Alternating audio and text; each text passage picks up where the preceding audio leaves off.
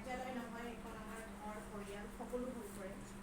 আমি জীৱনৰ সিংহভাগ সময় আমাৰ আটাইতকৈ শক্তি থকা সময়খিনিত যৌৱনৰ বেছিভাগ সময় আমি কৰ্মত নিয়োজিত হৈ পাৰ কৰোঁ।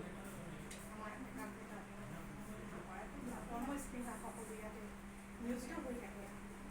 গতিকে এনে এটা অৱসৰ দিনত চাকৰিৰ কৰ্ম আমাৰ জীৱনৰ শেষ মুহূৰ্তত সকলো আৱেগিক হৈ পৰে আৰু বিদায় শব্দটো দৰাচলতে খুব বেদনাদায়ক হয়, খুব বিষাদ ভৰা হয়। আমি যেতিয়া প্ৰথম এই কাৰ্যালয়ত অংশগ্ৰহণ কৰ্মত যোগদান কৰিছিলোঁ DRP হিচাপে, তেতিয়া কাকো যেতিয়া চিনি নাপাওঁ, অভিজ্ঞতাই খুব ধুনীয়াকৈ আহি আমাক ৱেলকাম কৰিছিলে আৰু গোটেই কথাখিনি আমাক দিহা পৰামৰ্শ দিছিল, আগবঢ়াই দিছিল। নজনা কথাখিনি আমি প্ৰায় সুধোঁ, তেওঁ আমাক আগবঢ়াই দিয়ে। আৰু বিভিন্ন আমি কেৱল চাকৰিৰ খাতিৰত যিখিনি কাম কৰিব লগা হয়, সেই কামখিনিয়ে যে আমি আলোচনা কৰিছিলোঁ বা তেনেধৰণে আমি সময় অতিবাহিত কৰিছিলোঁ তেনে নহয়।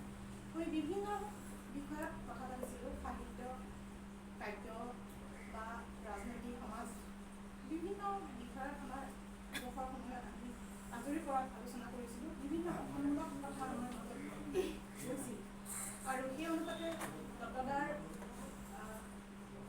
উদ্যোগতে ভালেকেইটা আমাৰ খুব ধুনীয়া প্ৰগ্ৰাম হৈ গৈছে। আগতেও নিশ্চয় হৈ গৈছে, কিন্তু আমি অহা সময়ছোৱাত খুব ধুনীয়া এটা কবিতাৰ অনুষ্ঠান হৈ গৈছিল আমাৰ গল্পত স্কুলত। খুব সুন্দৰ। আমাৰ আগৰ জন IS ছাৰ আছিল, শ্ৰদ্ধাৰ হাজৰিকা ছাৰেও খুব ভাল পাই গৈছিল সেই অনুষ্ঠানটি। তাৰোপৰি আমি বিভিন্ন ধৰণৰ অনুষ্ঠানত জড়িত হৈ থাকোঁ। আশা কৰোঁ আমি কৰ্মময় জীৱনৰ চাকৰিৰ যি আওতা, সেই আওতাৰ পৰা আঁতৰি গ'লেও আমি নিশ্চয় আমাৰ বাকী যিখিনি কৰ্ম